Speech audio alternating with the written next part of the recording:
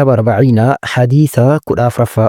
بسم الله الرحمن الرحيم. الحمد لله رب العالمين، الصلاة والسلام على رسول الله صلى الله عليه وسلم. اللهم لا علم لنا إلا ما علمتنا، وعلمنا ما ينفعنا، وانفعنا بما علمتنا، وزدنا علما وعملا يا رب العالمين. الحديث حديث 14 كداف رفا.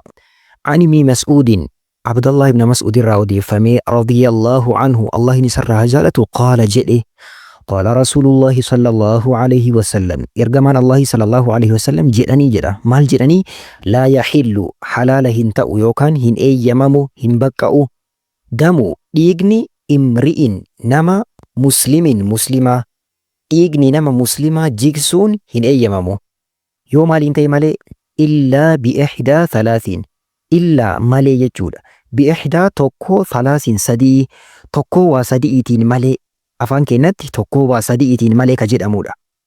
Tokkoffaani athayyibi azzaanii. Athayyibi nama sayyiba ta'e. Sayyiba jechuun ka fuudhe jechuudha. Namni fuudhe fuudhaa kallattii sirrii ta'e namni fuudhe. Nama fuudhe ta'etiin azzaanii zinaa ka dalage. Fuudhee ka zinaa dalage. Lammaffaa wan nafsi bin nafsi lubbuu lubbuudhaan. Nama lubbuu baasee. Nama lubbuu baasee sababa inni lubbuu baay'isaniif lubbuu isaa baasuu. Sadaffaan wattaariki dhiisaa lidiinii amantii isaa almufaariqi gargar baasaa liljamaa'ati jama'aa muslimaa. Ka jama'aa muslimaa adda qoodu gargar baasu. Nama akkasii yoo ta'e malee ajjeesuun dhiiga muslimaa jigsuun hin ta'u jedhani Nabi Muhammad sallallahu alaihi wasallam. Rawaahu hadiisa kan odeessee jira Bukhaarii fi wa Muslimun Muslim. Hadisni kana fakkaata. Inshaallah ibsa hadiisa kana tokko tokko isaatiin ilaalaa deemna. Jalqaba hadiisa kana Abdullah ibn Mas'ud odeessee waa'ee isaa dabarsinee jirra. Laa yaxillu halaalan ta'u damu mri'in muslimin illaa biihdaa salaasiin. Dhiiga muslimaa jechuun akka islaamummaatitti baay'ee ulfaataa fi rabbiin biratti illee dallansuu nama fida, qixaata guddaallee fida. Dachii kanarratti illee abaarsa guddaa fida dhiigni nama muslimaa jiguun. Nabiyyi sallallahu alaihi wasallam hadiisaan maal jedhanii? Ka'abaan diigamuurra jedhani. Ka'abatu rabbiin bira laafa jedhan dhiiga muslimaa caalaa. Dhiigni muslimaa rabbiin biratti iddoo guddaa qaba. Haqaan malee baasuun hin ta'u. Nama dhiiga muslimaa haqaan malee baase rabbiin subhaanahu wa ta'ala qixaata ulfaataa ta'e kaa'ee.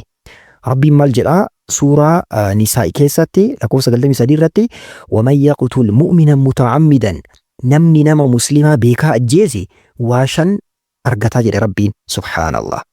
Tokkoffaan fajaza'uu jahannam, jazaan isaa jahanname warra jahannam ta'a. Lammaffaa khaalidan fiihaa, achi keessa abattaa keessaa bahuun hin jiru jedha rabbiin. Sadaffaa waghadiba Allahu alayhi, Allahin isarra dallanee jira jedha, dallansuu rabbii argata. Afraffaan wala'anahu, rabbiin isa abaaree jira, abaarsa rabbii argata. Shanaffaan wa'acadda lahu cadaaban caziimaa, azaaba guddaa qixaata guddaa isaaf qopheessee jira jedha. Yaa Allah, nama muslimaa ajjeesuun rabbiin biratti baay'ee ulfaataa fi wallaahi rakkoo guddoo fi qixaata guddaa irraan kan nama gahudha. Kanaaf dhiiga nama muslimaa ajjeesuun hin ta'u. Wantoota sadan kanniin keessatti garuu dhiigni nama muslimaa abbaa fedhee ni jiga. Tokkoffaani athayyibizaanii, nama fuudhe ta'eetiin ka zinaa dalage. Namni fuudhe yoo zinaa dalage ni ajjeefama. Dhiiras ta'u dubartii. Dubartiin heerumtee osoo zinaa dalagdee yaa seera mataa isaa qabaa. Ka kana ajaju akka ajjeefamtu ka godhu mootummaa muslimaati. Mootummaadhaan eeyyamamee qaadiin irratti murteessee yoo haa ajjeefamtu jedhe ni ajjeefamti. Dhiiras ta'e dubartii. Ka hin fuudhin yoo ta'e hoo? Ka hin fuudhin yoo ta'e hin garafama. Meeqa? Dhibba bilcheessanii garafanii. Akkasii haala kanaa ka fuudhe yoo ta'e ni ajjeefama ka jedhu qabadha. Wan nafsi bin nafsi, lubbuu namaa baasu. Lubbuu namaa namni baase lubbuun isaallee ni baati. Nama lubbuu namaa ajjeese lubbuu isaallee ni ajjeesan. Ka ajjeesu abbaa waa irraa du'e kana osoo hin taane eenyu mootummatu ajajee, ajaja mootummaatiin qaabiin murteessee sanirraa murtiin kun raawwatamaa jechuudha. Wattaariki lidiinii, sadaffaan ka diinii isaa dhiise almufaariqi gargar baasaa liljamaati jamaa muslimaa. Nama murtaddii jedhama afaan biraatiin. Ulamaa'iin murtaddii jedhanii waamaniin. Namni murtaddii ta'e, namni amantii isaa keessaa bahe ni ajjeefama. Yoo maal ta'e almufaariqi liljamaa'ati, jamaa kan gargar baasu yoo ta'e, jamaa muslimaa ka adda baasu, ka islaamummaa irratti arraba dheeressu yoo ta'e ni ajjeefama. Asirratti amantiileen biroo yeroo baay'ee hadiisa kana kaasuudhaan islaamummaa maqaa balleessuuf yaalu. Waan kana mee sirriitti hubadhaa. jalqaba ka'umsi waan kanaa hadiis tokko jira. Nabii sallallahu alaihi wasallam maal jedhanii man baddala diinahu faqtuluuhu jedhani. Nama amantii isaa jijjiire ajjeesaa jedhani. Jecha kana mee ilaalaa. Nama amantii isaa jijjiire ajjeesaa. Amantii isaa jijjiire yoo jedhamu kiristaan illee osoo muslima ta'ee ni ajjeefame jechuu fakkaata. Garuu dubbiin akkasii miti. Wattaariki lidiinihi islaamummaa ka dhiise jechuudha. Hadiisa san kamtu ibsaa kana ibsa. Haddii amantii isaa ka islaamummaa kana dhiisee islaamummaa kanallee maal gochuutti deebi'ee adda baasuutti musliimoota adda diiguutti rabbiin arrabsu ergamaa isaa arrabsuutti deebi'e. Namni akkana ta'e ni ajjeefama.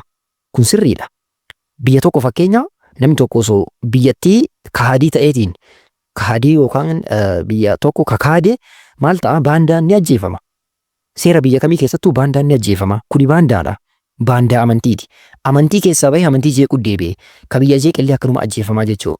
Seera kana kitaabni isaaniiyyuu ni dubbata. Baaybiliin fakkeenya Oriit Zadaagimii yookaan kitaaba keessa deebii ka jedhamu boqonnaa 17 lakkoofsa 2-7 akkasuma keessa deebii boqonnaa 13 lakkoofsa 6-11tti nama waan ati rabbiin kee waan itti si ajajeen ala jedha.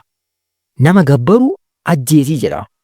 Kanaaf tumameetiin ajjeefama jecha kitaaba warraa keessa ni jira. Akkasii namoota sadiin kanneeniin ala ajjeesuun hin danda'amu. Kabiroollee aksuwaalee hadiisni dubbatee jira. Fakkeenya nama dalaga qoomii luuxii dalagu yookaan dhiirarratti dhiiroliin walquunnamtii saalaa geggeessu kan dubartiillee akkasuma namni akkanaallee maal ta'a ni ajjeefama. Amala qoomii luuxii namni raawwate ni ajjeefama jechuudha. Akkasii wantoonni biroollee kan nama ajjeesisan ni jiru. Hadiisaan Nabii sallallahu alaihi wasallam bal'isaniitiin dubbatanii jiranii. Asol dalagaaleen kunniin dalagaa ajjechaa namatti raggaa'isanidha. Wan nafsi bin nafsi ka jedhu lubbuun baasuu ka jedhu kana keessatti ta'e kan hin ajjeefamne jiraa jedhan ulamaa'iin. Kan hin ajjeefamne jiraa jedhan.